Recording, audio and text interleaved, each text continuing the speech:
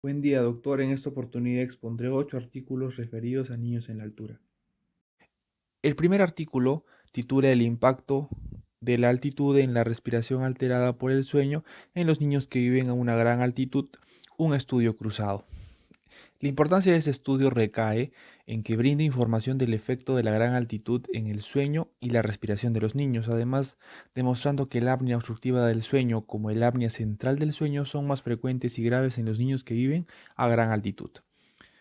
De esta manera, podemos hablar de que la exposición a grandes altitudes, que estamos hablando a alturas mayores a 2.500 metros sobre el nivel del mar, altera la fisiología respiratoria, por lo que la adaptación crónica favorece a la hiperventilación que podría predisponer a los niños a trastornos respiratorios del sueño, pero aún se conoce poco de esto.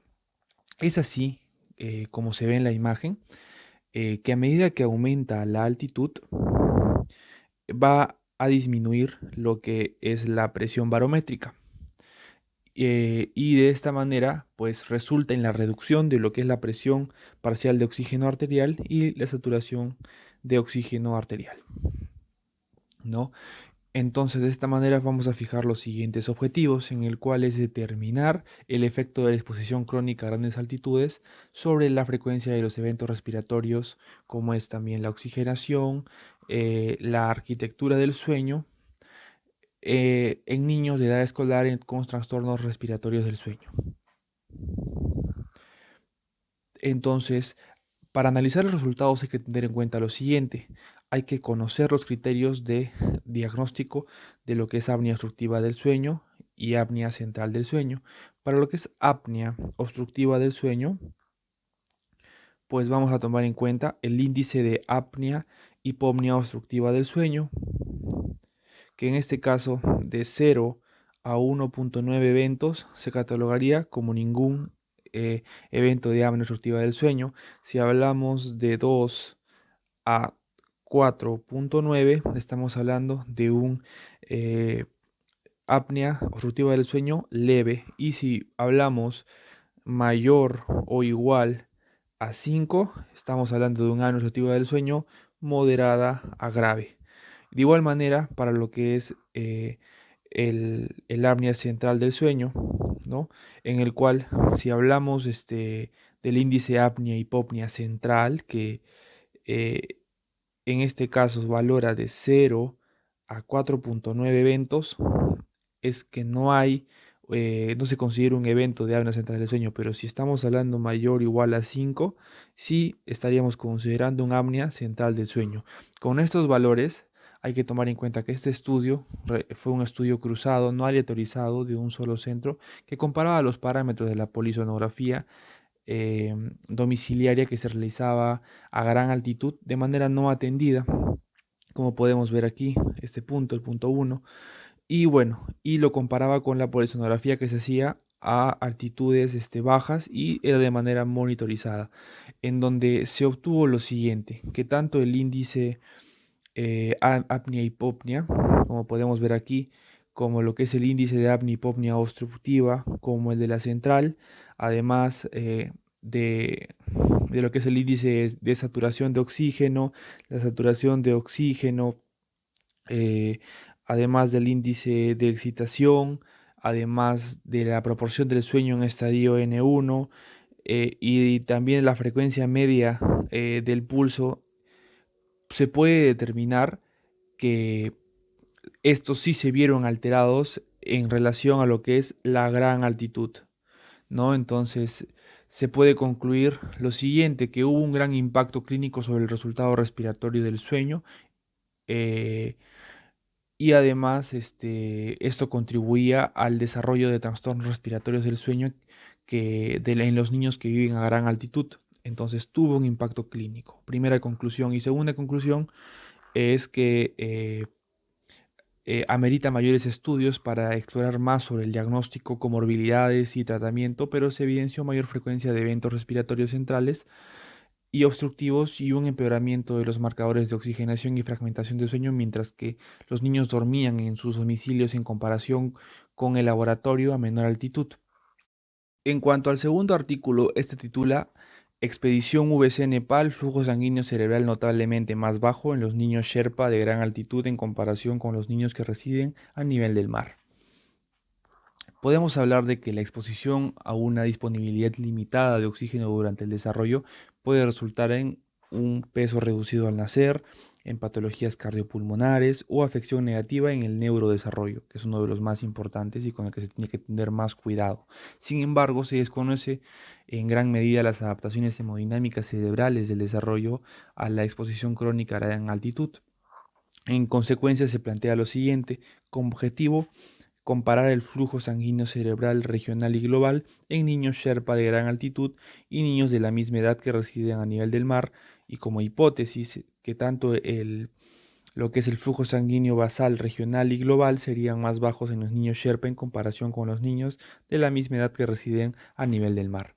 Entonces, de esta manera se puede empezar a analizar de la siguiente manera: se estudió 25 niños Sherpas a 3.800 metros sobre el nivel del mar y 25 niños también canadienses, pero a nivel del mar a 340 metros sobre el nivel del mar. Y se examinó lo siguiente: se examinó el flujo volumétrico de lo que es la carótida común, de la carótida interna y de la arteria vertebral. Además, se analizó la velocidad de la arteria cerebral media. También se valoró la velocidad de la sangre y el diámetro de los vasos, en este caso de la carótida común, de la carótida interna, de la arteria vertebral del lado izquierdo mediante un ultrasonido vascular, y se halló el flujo sanguíneo cerebral vascular en base a una ecuación. Además, también se examinó el índice de masa corporal y estatura, el intercambio de gases en reposo, presión arterial, saturación de oxígeno, frecuencia cardíaca.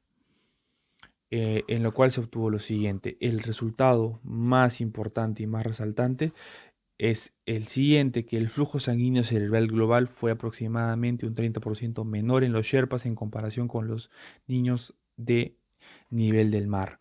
Y esto se representa en este gráfico, en el cual podemos ver a los niños Sherpa y nivel del mar, en donde las barras sólidas representan a los Sherpa y las barras abiertas a los nivel del mar, y estos círculos representan el flujo, ¿no? Que hay un flujo mayor en círculos negros y un flujo menor en círculos abiertos o blancos. Y acá se representa que el flujo es menor en los Sherpas y la diferencia la estaríamos viendo en un 30%. Entonces, otro resultado sería que la altura y el peso fueron menores en los Sherpas, también otro resultado, y que tanto la presión arterial media, la frecuencia y la ventilación fueron similares, pero lo que es la saturación de oxígeno y la presión de CO2 al final de la expiración fueron menores en los niños Sherpa.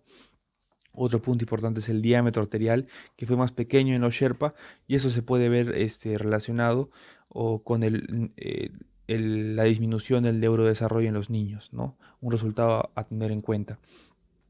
Otro punto importante es la hipocapnia, ¿no? Que se observó en los niños Sherpa a gran altitud, y esto podría ser causa de una vasoconstricción y por ende la reducción de lo que es el flujo sanguíneo cerebral. Y por otra parte, se puede hablar de que el flujo de la carótida interna más bajo en los niños Sherpa sugería un flujo mayor que se distribuye hacia la arteria carótida externa. De esta manera, esta distribución a la carótida externa se relaciona con el fenómeno de la cara roja en meseta, que podemos ver en esta imagen, en esta niña, en donde hay dilatación de los vasos pequeños de la cara, ¿no? Como podemos ver en esta imagen de esta pacientita. Eh, Otros resultados que se obtuvieron: aquí podemos ver una tabla similar a la que se apreció en la diapositiva anterior, en el cual se ilustra tanto lo que es la velocidad de flujo, el diámetro de los vasos y además el flujo medio. Y de esta manera se analizó que hay disminución en las tres características de análisis, pero lo más marcado se dio en lo que es la carótida interna y la arteria vertebral, ¿no? Eh, y específicamente en lo que es el flujo, ¿no? Sobre todo aquí se vio las principales diferencias. Entonces, se puede ver de que hay una una variante en el flujo cerebrovascular. Por otra manera, también se analizó los parámetros cardiovasculares y respiratorios de los niños Sherpa y niños que residen a nivel del mar, los niños Sherpa y niños a nivel del mar, en donde pues lo que varió fue la saturación de oxígeno. Además, también varió lo que es la presión parcial al final de la expiración del oxígeno y del dióxido de carbono. Además, también la captación de lo que es oxígeno y lo que es la producción de dióxido de carbono. Esto se vio, fueron menores o disminuidos en los niños Sherpa, mientras que la frecuencia respiratoria en los niños Sherpa se vio aumentada, ¿no?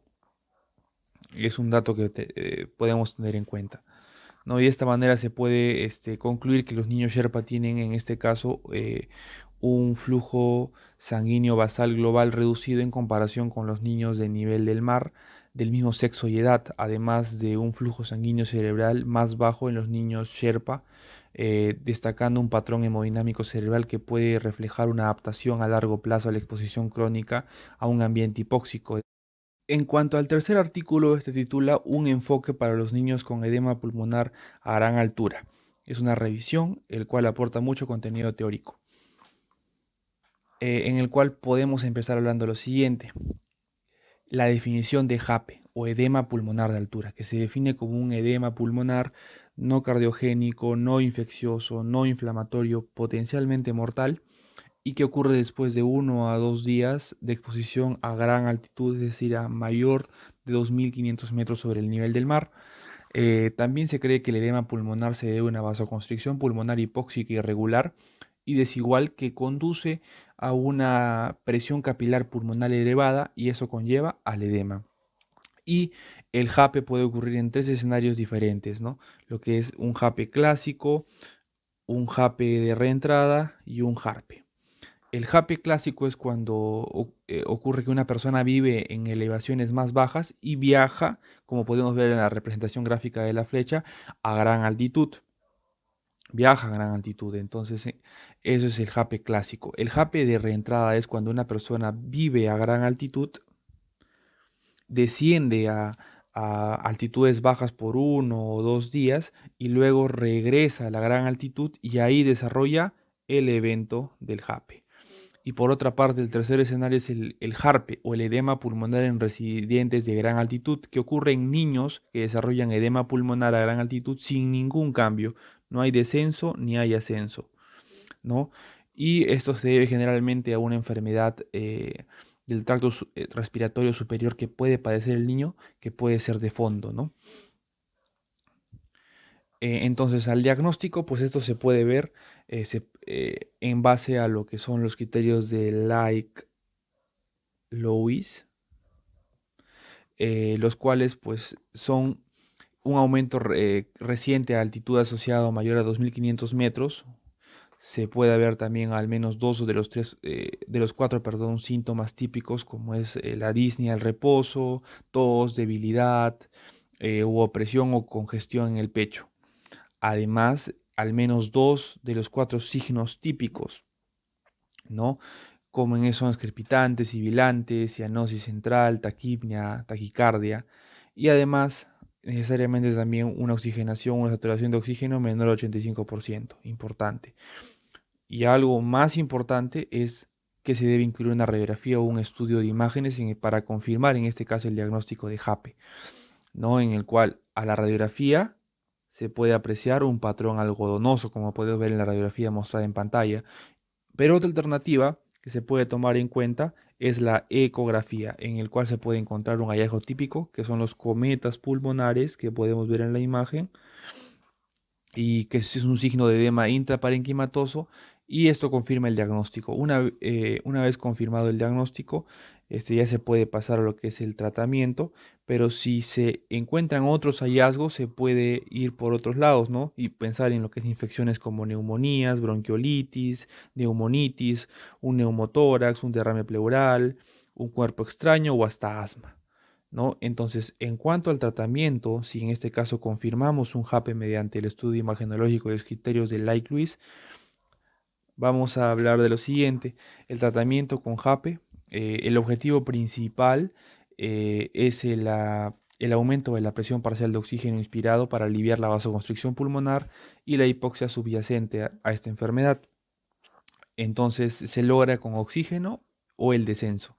En este caso, ¿cómo se daría el oxígeno? Se puede dar mediante una cánula o mascarilla nasal o ventilación no invasiva y en casos extremos a ventilación mecánica, pero no es muy visto.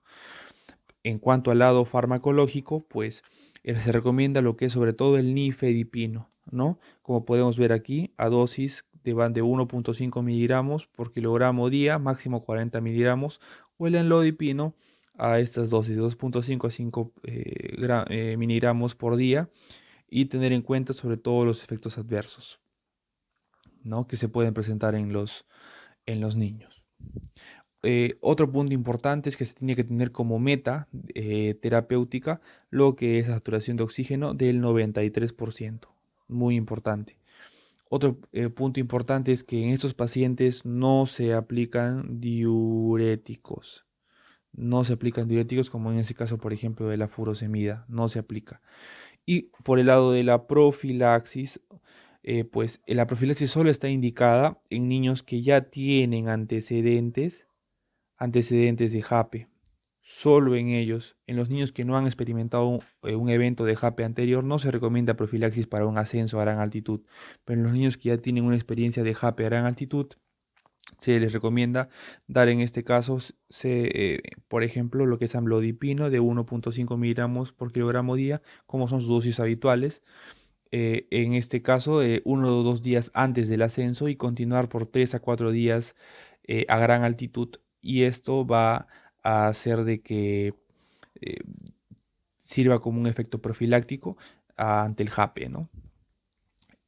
Algo también muy importante es la susceptibilidad, el cual el principal es la altitud, a pesar de que puedan haber niños, como lo mencioné, que sin descenso ni ascenso pueden experimentar, como es el caso del JARPE, pero la altitud es un factor importante de susceptibilidad, mutaciones genéticas que aún es poco estudiado, pero se puede tomar en cuenta, enfermedades cardiopulmonares como podemos ver aquí, como lo que es la comunicación interventricular, lo que es la arteria pulmonar aislada de origen ductual, coartación aórtica, eh, como podemos ver aquí, los que son defectos ventrículos septales, ¿no? Como podemos ver aquí, también la estenosis de la vena pulmonar, foramen oval permeable, etcétera, ¿no? Niños pequeños es importante, ¿no? Ya que tienen una vasorreactividad aumentada por la hipoxia y un control de la respiración alterado. También los niños que tienen apnea obstructiva del sueño y los niños que presentan síndrome de Down o trisomía 21 que por defecto ya tienen eh, consideraciones o características de alteraciones cardiovasculares. Y por último, valorar la evaluación del JAPE, ¿no? Que se basa en base a la ecocardiografía, en donde se va a valorar primero lo que son alteraciones cardíacas, porque a veces el JAPE muchas veces es un episodio o un primer signo de una cardiopatía congénita subyacente. Y otro punto es la valoración de lo que es la hipertensión pulmonar, ¿no? En donde un aumento mayor al 20% de las presiones medias de las arterias pulmonares con hipoxia sería preocupante, ¿no? Sería de peligro. Pero que tras el tratamiento sería la opción, el disminuir mayor o igual a 20% en las presiones sería un signo positivo y el cual sería valorado como un signo de recuperación, ¿no? Entonces, de esta manera, pues se puede valorar. Y si es un HAP, en este caso, el niño presenta hipertensión pulmonar de manera crónica, se deriva un manejo especialista y de todas maneras monitorizar lo que es la presión, perdón, la saturación de oxígeno. Y si a lo que es el tratamiento y una buena respuesta que puede haber a se encuentran estudios normales a posterior del seguimiento, pues podemos determinar que se recuperó el paciente o otras medidas que podemos tomar ante un JAPE en donde no haya hipertensión pulmonar ni afecciones cardiovasculares es eh, considerar eh, un descenso, ¿no? O un tratamiento, en este caso farmacológico, ¿no? Si lo se necesitara, o de oxígeno. En cuanto al cuarto artículo, este titula La edad y la altitud de residencia determinan la prevalencia de anemia en niños peruanos de 6 a 35 meses de edad. Teniendo en cuenta que la OMS, para la OMS, anemia es para niños menores de 6 años a valores inferiores de hemoglobina de 11 gramos por decilitro, y que el presente artículo entonces trata de valorar la influencia que existe entre algunos factores como es la deficiencia de hierro, desnutrición, pobreza, uso de biomasa, ausencia del agua potable y la anemia en los niños que residen a gran altitud. Entonces se sabe que los niveles de hemoglobina aumentan proporcionalmente con la altitud, como podemos ver en este diagrama, ¿no?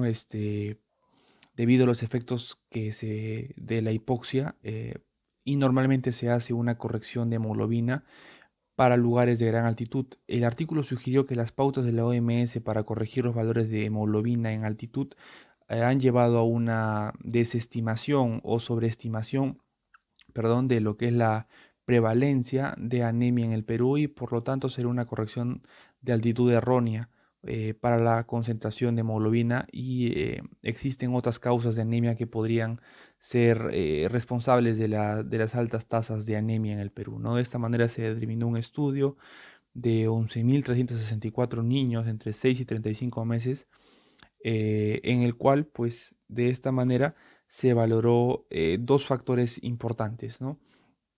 O se vio la relación de dos factores, ¿no? El factor de lo que es la hemoglobina y el factor de la edad, en donde el factor de la hemoglobina aumentó con la altitud, ¿no? Pasando de 11,2 gramos por decilitro para los que vivían en altitudes bajas a 13,5 gramos por decilitro para los que vivían en altitudes muy elevadas.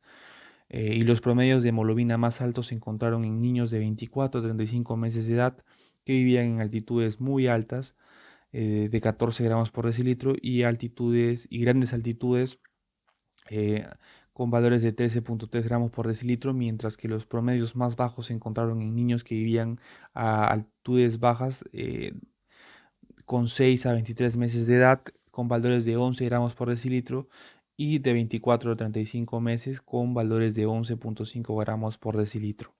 No es en cuanto a lo que son factores de hemoglobina, los hallazgos que se encontraron importantes, ¿no? Y en cuanto a lo que es el factor edad, pues los niños de mayor edad tenían niveles un poco más elevados de lo que son hemoglobina en relación a los niños menores, ¿no? Y aquí podemos ver en el gráfico de la diapositiva, pues este 11 representa la brecha entre lo que es anemia y no anemia, y por eso la línea comienza de ahí y nos quiere decir que la línea roja, mientras vamos aumentando la altitud, también la hemoglobina aumenta, como sabemos, por efecto de la hipoxia hipovárica, y por eso es que hace una curva hacia arriba. Y además hay que tener en cuenta algo. En base a las correcciones que se da por medio de la OMS, esto va teniendo una curva contraria, ¿no? De positiva va a negativa porque va corrigiendo el valor al verdadero valor donde, donde se debería, ¿no? Pero llega a un punto exagerado en el cual se puede confundir y se puede diagnosticar a varios niños con anemia, como se puede o pasa en el Perú, en donde se tiene valores erróneos y se diagnostica a más niños con anemia, ¿no? De los que se debería. De esta manera, pues se puede valorar los siguientes resultados, ¿no? Que en este caso los resultados sugieren que los niveles de hemoglobina en los niños están asociados a la edad y altitud de residencia.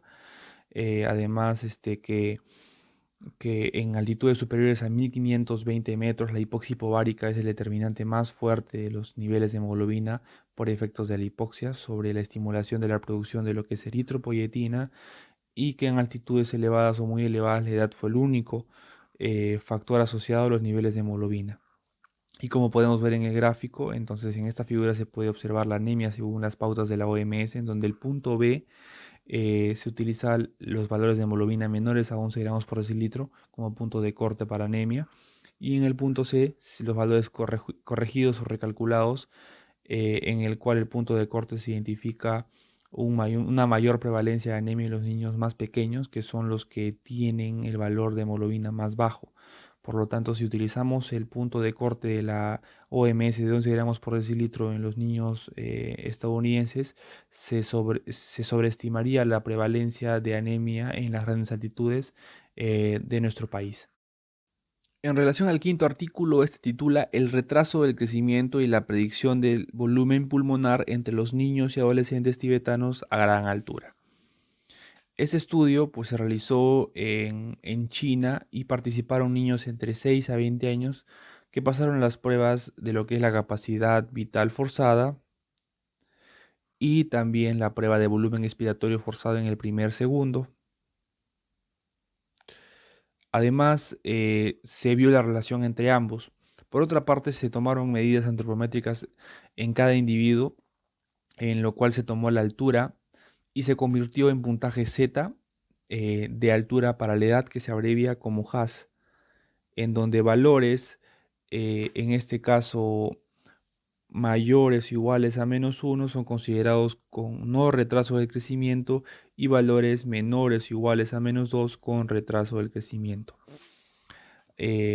Para ponerlos en contexto. Entonces, en relación a lo que es la relación entre la altura sentada y la estatura por categoría HAS para los niños y niñas tibetanas entre las edades de 6 y 20 años, se valora que los niños con puntuación HAS mayor o igual a 1, a -1, como podemos ver en la imagen, son significativamente más altos y tienen mayor altura al sentarse y tamaños de circunferencia del pecho que los niños con otras puntuaciones. Por otra parte, la relación de altura sentada a estatura, la circunferencia del pecho, estatura y circunferencia del pecho a altura sentada por edad y puntuación Z de la altura por edad, eh, marca que en la mayoría de los grupos de edad en relación a las proporciones de los niños con retraso del crecimiento, es decir, con HAS menor o igual a -2, son más altas para los niños sin retraso en el crecimiento. Entonces, significativamente, esto se dio en lo que son los niños entre 8 y 11 años y lo que son las niñas entre 6 y 7 y eh, lo que es 16 y 17 años de edad, ¿no? Ahora, en cuanto a lo que es las diferencias en la capacidad vital forzada, pues las mujeres tibetanas o en ellas hay diferencias con la altitud estadísticamente significativas en la media, en donde la alteración de lo que es la capacidad vital forzada y el volumen expiratorio forzado en el primer segundo ocurrieron entre las edades de lo que son 10 y 13 años, ¿no? Entonces podemos ver que A y C son niños y B y D son niñas, y las diferencias significativas están indicadas con asterisco y estas fueron significativas en lo que son los niños, como podemos ver, ¿no?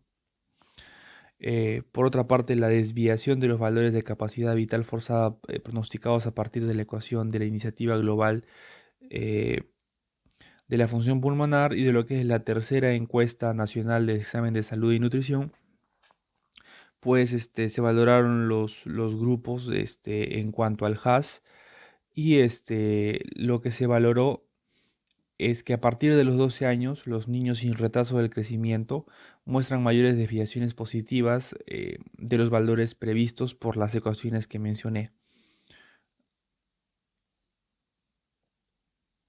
Y bueno, lo que se puede concluir en base a esto es que los resultados de este estudio indican que la inclusión de los niños con retraso en el crecimiento de poblaciones de gran altura compromete la validez de los estándares de baja altitud de la capacidad vital forzada y volúmenes expiratorios forzados en el primer segundo.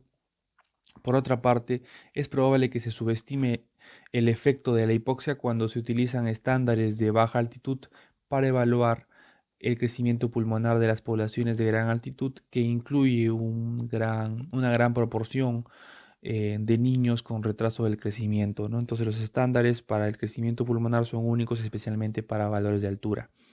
Y hay que considerar que no se realizó una evaluación independiente de los estados de pubertad para poder considerar algunos datos en relación con el crecimiento y medida de circunferencia en el pecho. Y como cuarta conclusión y última, considerando el valor individual del retraso del crecimiento, pueden existir diferencias de la función pulmonar ocasionando de esta manera o ocasionadas por las tensiones antes de la vida que no serían detectables, ¿no? El sexto artículo titula Saturación de oxígeno en la infancia a gran altura, una revisión sistemática. en el cual nos podemos poner en el contexto de que aproximadamente en la Tierra hay 140 millones de personas que viven a gran altitud y esas van a experimentar una hipoxia hipovárica como venimos viendo en los anteriores artículos. A pesar de ello, no hay revisiones donde se consideren rangos de referencia de saturación de oxígeno en reposo, sueño, lactancia a lo largo de la infancia en lugares de gran altitud.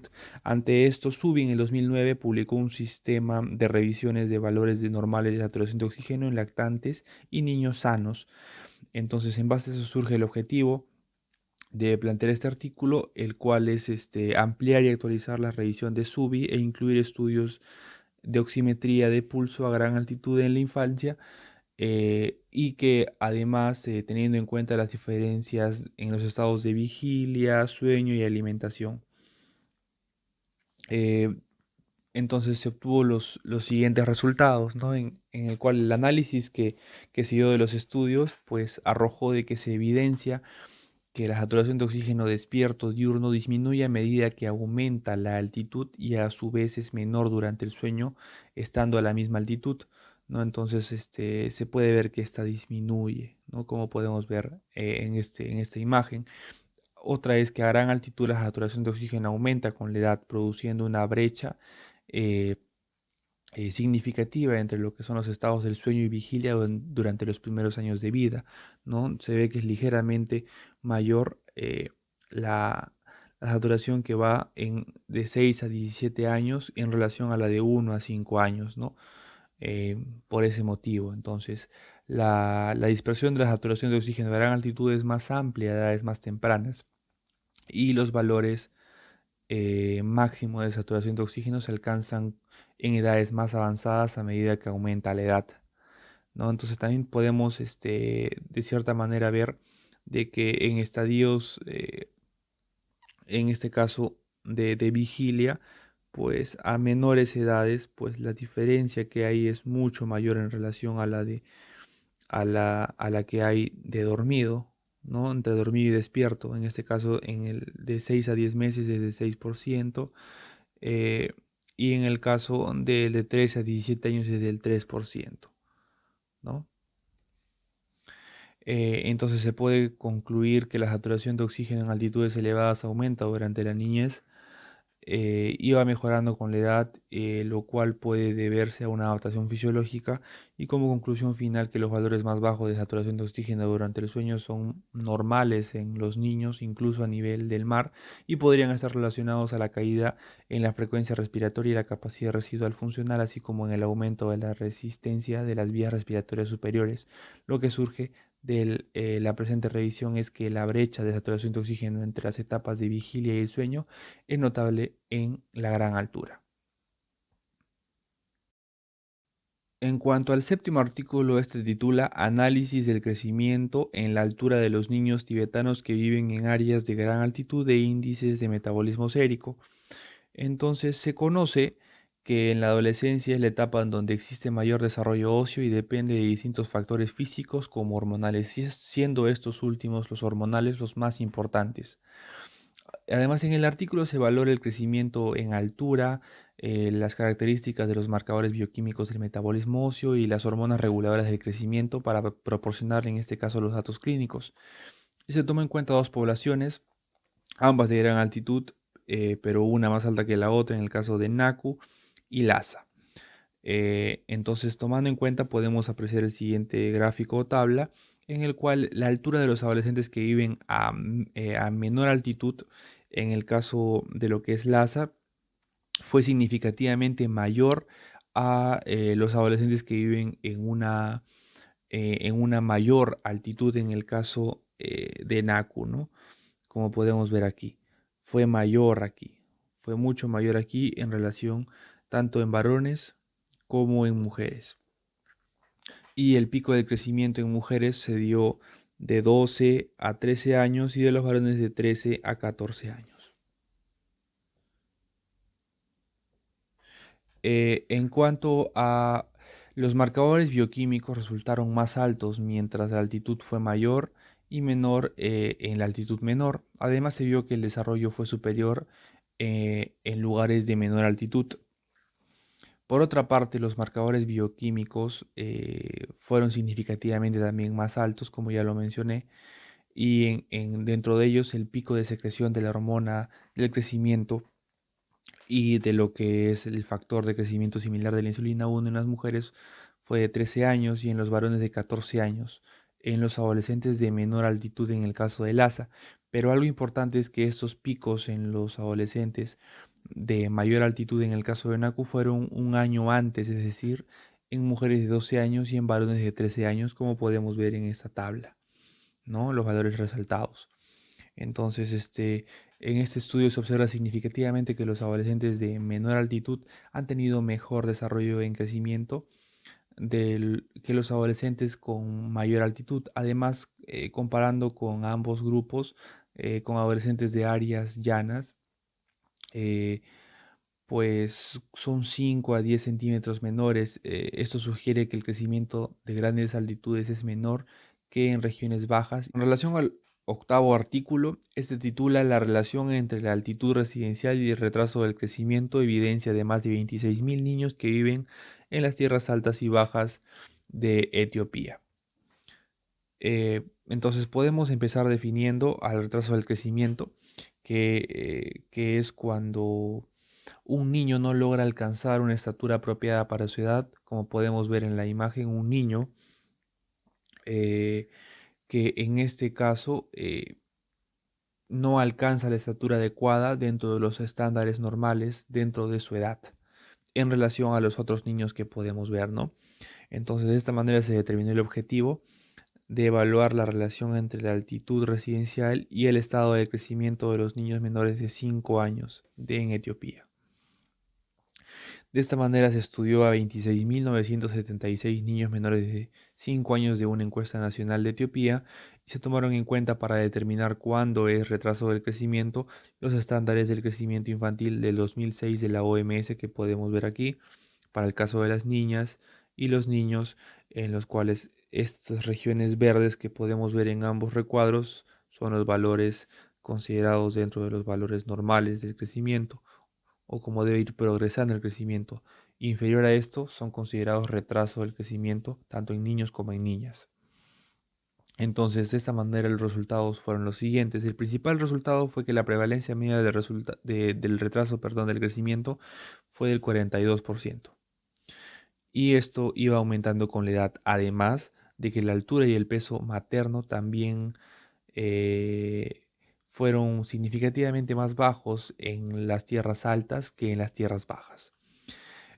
Otro punto importante que se realizó en este estudio fue que para descartar si el vínculo de la altitud y retraso del crecimiento estaba confundido con una tercera variable, se realizó un análisis de regresión logística múltiple ajustando los factores dietéticos y no dietéticos que también variaban según la altitud. De esta manera obteniendo que en altitudes mayores a 2.500 metros sobre el nivel del mar era 41 veces más el riesgo, la probabilidad de que se dé retraso del crecimiento en relación a los menores de 1.000 metros sobre el nivel del mar, y en altitudes entre 2.000 y 2.499 metros sobre el nivel del mar fue 29 veces más, ¿no? Y de esta manera pues se puede concluir lo siguiente, que pues se encontró que la altitud residencial se asoció significativamente con el retraso del crecimiento, ¿no? Independientemente de los determinantes dietéticos y no dietéticos del retraso del crecimiento, como esto se había ajustado este, por el análisis de regresión logística múltiple que se realizó.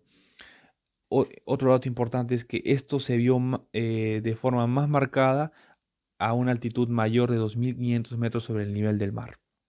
Otro punto es que el mecanismo de vínculos de por qué se retrasa el crecimiento a mayor altitud sigue siendo poco claro, aunque la literatura indica que la exposición crónica a la hipoxia en tierras altas podría influir negativamente en las características fenotípicas de estos niños, ¿no? Y otra puede ser también la determinante genética. Otra cosa que podemos hablar es que hay otros estudios que respaldan este resultado, que es que en el Tíbet se realizó un estudio en el cual se determinaba que era 2 a 6 veces la probabilidad de tener retraso del crecimiento en relación a personas o niños, en este caso que vivían a menos de 1.000 metros sobre el nivel del mar, y de igual manera en Bolivia de 6 veces y de Argentina en 2 veces de probabilidad de desarrollar retraso del crecimiento en relación a niños que estaban a menos de 1000 metros sobre el nivel del mar. Y eso sería todo. Gracias.